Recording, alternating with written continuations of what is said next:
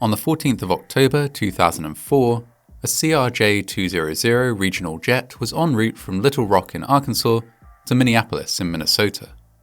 This was a repositioning flight, a flight intended only to transport the aircraft from one location to another. There were only the two pilots on board, and they were having a pleasant evening. As they cruised at 41,000 feet, they cracked open cans of Pepsi and admired the view, joking and bantering with one another, unaware that within minutes an error in judgment would cause the plane that they were flying to tumble from the sky. In the early 2000s, Pinnacle Airlines was a relatively small carrier that worked with larger airlines to offer connecting flights. Larger airlines would provide long-haul or international routes themselves and establish a contract with Pinnacle to take care of shorter, regional routes. These routes would often see a relatively small number of passengers. For this reason, Pinnacle Airlines made use of Bombardier CRJ-200 regional jets, fast, nimble aircraft that could carry only around 50 passengers apiece. To meet the demands of its schedule, Pinnacle often had to move jets from one airport to another ahead of planned flights. When an aircraft is moved in this manner, the flight is referred to as a repositioning flight. Repositioning flights are carried out with no passengers on board. On the 14th of October 2004, a jet needed to be repositioned from Little Rock in Arkansas to Minneapolis in Minnesota. The two pilots scheduled to carry out this flight were 31-year-old Captain Jesse Rhodes and 23-year-old First Officer Peter Sazash. Both were experienced pilots. Jesse had 6,900 flight hours, 973 of which were with CRJ jets, and Peter had 761 flight hours to his name, 222 of which were on CRJ jets. They were suitably experienced to take on this short and very routine flight. The pair took off from Little Rock at 9:21 p.m. for what should have been an uneventful journey. However, during and shortly after takeoff, they steered the plane through a series of somewhat abrupt maneuvers, including pitching up very sharply while ascending. It was later determined that they were taking the opportunity, while the plane was empty of passengers, to put it through its paces and enjoy the experience of flying such a nimble aircraft. Once airborne, the pilots sought permission to ascend to 12,500 meters or 41,000 feet, the highest altitude at which the CRJ-200 could fly. Permission was granted, and again they ascended very sharply to this altitude. Cockpit voice recording indicated that, again, they were doing so not for any operational reason, but to liven up the flight and see what the jet was capable of. As they reached their maximum altitude, the cockpit voice recorder picked up Captain Rhodes saying, "Look at that cabin altitude, man," and First Officer Sazash saying, "There's 410, my man. Made it, man. This is great." They laughed and joked with one another, admiring the views and congratulating each other on having reached 41,000 feet. 41,000 feet was the operational ceiling of the jet, the highest altitude at which it could be safely flown. Pilots who often flew CRJs would sometimes jokingly discuss the idea of a 410 club, membership of which was restricted to pilots who had taken a CRJ to this highest possible altitude. Captain Rhodes and First Officer Sazash were delighted to have finally joined the club, and the atmosphere in the cockpit was generally convivial.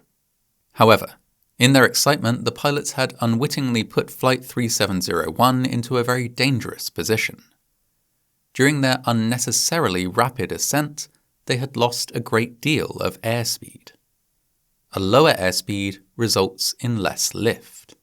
With the autopilot set to maintain altitude, the aircraft automatically compensated for the loss of lift by increasing the angle of attack. That is, the angle of the aircraft relative to the oncoming wind. In this case, that meant pitching the nose of the aircraft up. Doing so helped to generate lift and maintain altitude, but also created more drag.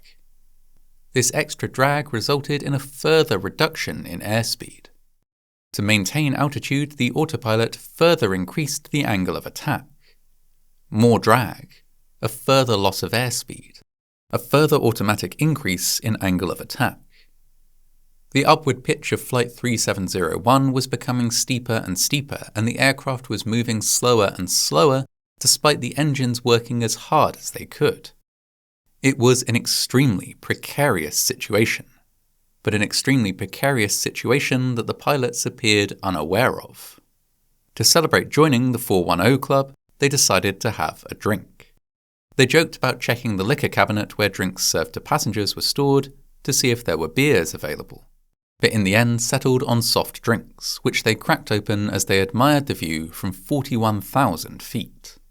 When an air traffic controller got in touch to query their unusually high altitude, Captain Rhodes said, "Yeah, we don't have any passengers on board, so we decided to have a little fun and come on up here."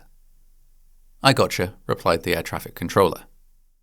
After a few minutes of joyful appreciation, the pilots appeared to notice that something was amiss. They commented on how high the nose was and agreed that the plane wasn't likely to be able to maintain this altitude. They started conferring with air traffic control to move to a lower one. While they worked on this, the stick shaker and stick pusher activated. These are two automatic safety measures designed to warn pilots when a plane is about to stall. The stick shaker loudly vibrates the control column to prompt a pilot to take corrective action, while the stick pusher forces the nose of the aircraft down to avoid a stall. However, the pilots on board this flight overrode both safety measures. The plane steadily pitched further up and lost further airspeed until, inevitably, it stalled. Now things took a truly alarming turn. The aircraft rolled over in the air until the nose was pointing almost directly upward. Airflow through the engines was interrupted, and both engines died. For a moment, the two pilots wrestled with an aircraft that was, essentially, falling from the sky, before Captain Rhodes maneuvered it out of the stall and leveled out the jet. They were now gliding rather than falling, but were still facing a very serious problem. They had no engine power. Captain Rhodes declared an emergency, but when in communication with air traffic control, hesitated to divulge the full extent of what had happened. He may have been aware that the engine failure was due to his and his first officer's actions, and likely did not wish to admit to this. As such, he reported that only a single engine had failed. In reality, both had stopped working, and the flight was in very serious trouble. It should, however, have been possible to restart the engines. They would need to pitch the nose sharply downward to greatly increase the speed of the aircraft. This would cause air to flow through and spin the engines, allowing them to be restarted. The two pilots appeared to begin this procedure, but didn't complete it. They pitched the nose down, but only slightly, and as such they did not gain sufficient airspeed to restart the engines in this manner. Appearing to abandon this emergency procedure, they instead turned their attention to restarting the engines using auxiliary power instead. They could do this at any airspeed, but would need to be below 4,000 meters or 13,000 feet. Above this altitude, the air was simply too thin for this method to work. The pilots then allowed the aircraft to drop to 13,000 feet before attempting an engine restart using auxiliary power. By the time they started this process, however, the engine cores had locked. When they had stopped working at high altitude, the engine components had begun to rapidly cool down, causing them to shrink and lock together. Maintaining airspeed would have prevented this from happening by spinning the engines, but they had not maintained sufficient airspeed. The engine cores were locked, and the flight was running out of altitude and running out of time. It became terribly clear to the two pilots that they would not be able to restart the engines. They would have to glide to an airport and attempt an emergency landing without engines. At this point, they admitted to air traffic control that they had in fact lost both engines, a much more considerable emergency than having lost just one. Had this been divulged when it first happened, they would have had ample time and altitude to glide to an airport. Now, with their altitude low and getting lower by the second, it wasn't certain that any airport was within their reach. Nonetheless, with ATC assistance, they tried to reach Jefferson City Memorial Airport. The cockpit voice recorder captured the pair frantically trying to locate it by visual landmarks, and repeatedly asking air traffic control for instruction. As they approached, it became clear to them that they were not going to make the airport. At the very last minute, they began searching for a road to make an emergency landing on. The cockpit voice recorder captured the final frantic moments in the cockpit. Sazash, damn, road right there. Roads. Where? Sazash, turn. Roads. Turn where? Sazash, turn to your left. Captain Rhodes's final utterance was an expletive, and the words, "We're going to hit the houses, dude." He was wrong, however. The plane clipped a tree, rolled over and crashed down into a residential area, eradicating several backyards but miraculously missing any actual houses. Both pilots were killed on impact. Emergency services converged on the scene, but once the fire was extinguished, there was little for them to do. There were no survivors and no injured that could be helped. All that remained was for the NTSB to pick apart the wreckage and determine what had gone wrong. From the flight data and the cockpit voice recordings, it was abundantly clear what had caused the crash. The pilots, wanting to push the aircraft's limits and join an informal club of their fellow professional flyers, had flown recklessly. They had pushed the aircraft's limits without any need to do so.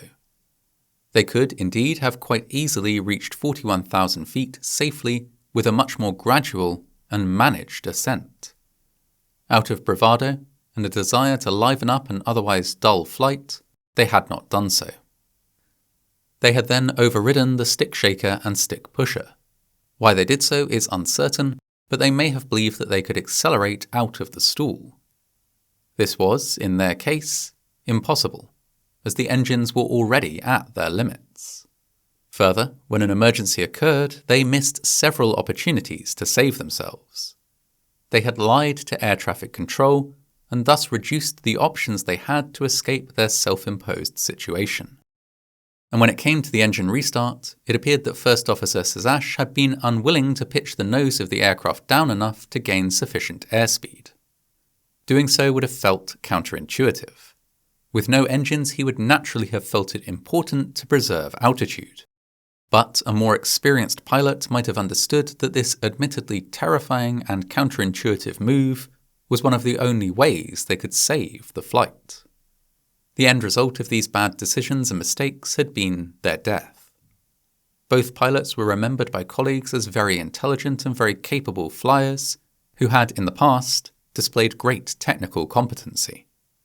Their death had, perhaps, arisen from an excess of confidence. Their passing was marked by the media when they were named as the winners of the 2004 Darwin Award, a satirical award given to individuals who caused their own death in a reckless or apparently foolish manner. In the aftermath of the crash, Pinnacle altered their training to include high-altitude climbs and stall recovery in a simulator for all pilots, and updated manuals and checklists to include clearer instructions, including explaining why it was so necessary to pitch the nose of an aircraft downward before trying to restart its engines. During the investigation into this crash, it was found that pilots carrying out repositioning flights for airlines across the US often made unnecessary maneuvers, treating the empty flights as an opportunity to test their skills and explore a given plane's capabilities. This is, of course, completely against the rules set by the Federal Aviation Administration, just as it was in 2004.